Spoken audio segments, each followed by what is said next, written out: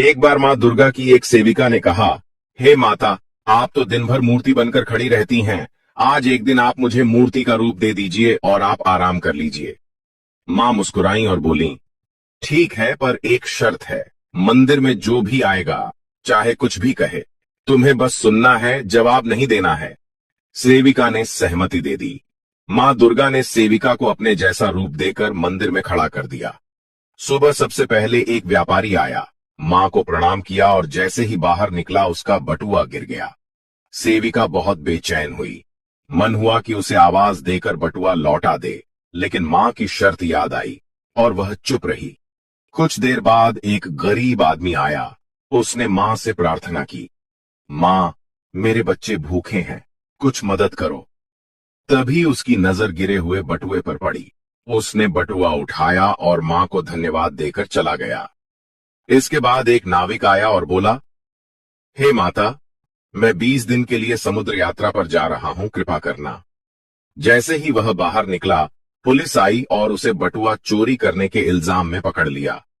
यह देखकर सेविका से रहा नहीं गया और वह बोल पड़ी, यह गलत है। बटुआ तो उस गरीब ने उठाया था, इस नाविक ने नहीं।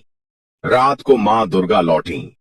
सेविका ने गर्व से पूरा किस्सा सुनाया, लेकिन माँ गंभीर हो गईं और बोली, तुमने मेरी योजना में दखल दे दिया।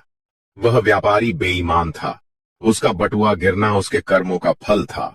गरीब को बटुआ इसलिए मिला ताकि वह अपने बच्चों का पेट भर सके, और नाविक का जहाज तूफान में डूबने वाला था। पुलिस द्वारा पकड़े जाने से उसकी जान बचने वाली थी, लेकिन तुम्हारे बोलने से गरीब जेल चला गया और सब गड़बड़ हो गया।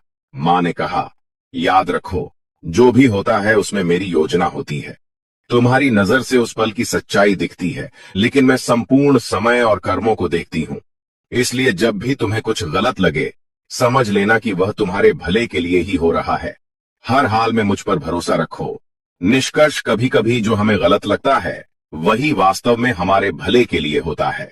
माँ दुर्गा की योजना हमारी सोच से हमेशा बड़ी और गहरी होती है।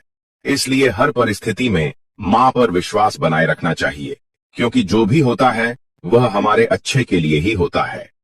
अगर आप इस बात से सहमत हैं, तो कमेंट में हाँ जरूर लिखें, और ऐसी ही प्रेरणादायक कहानियों के लिए हमें फॉलो और सब्सक्राइब करें।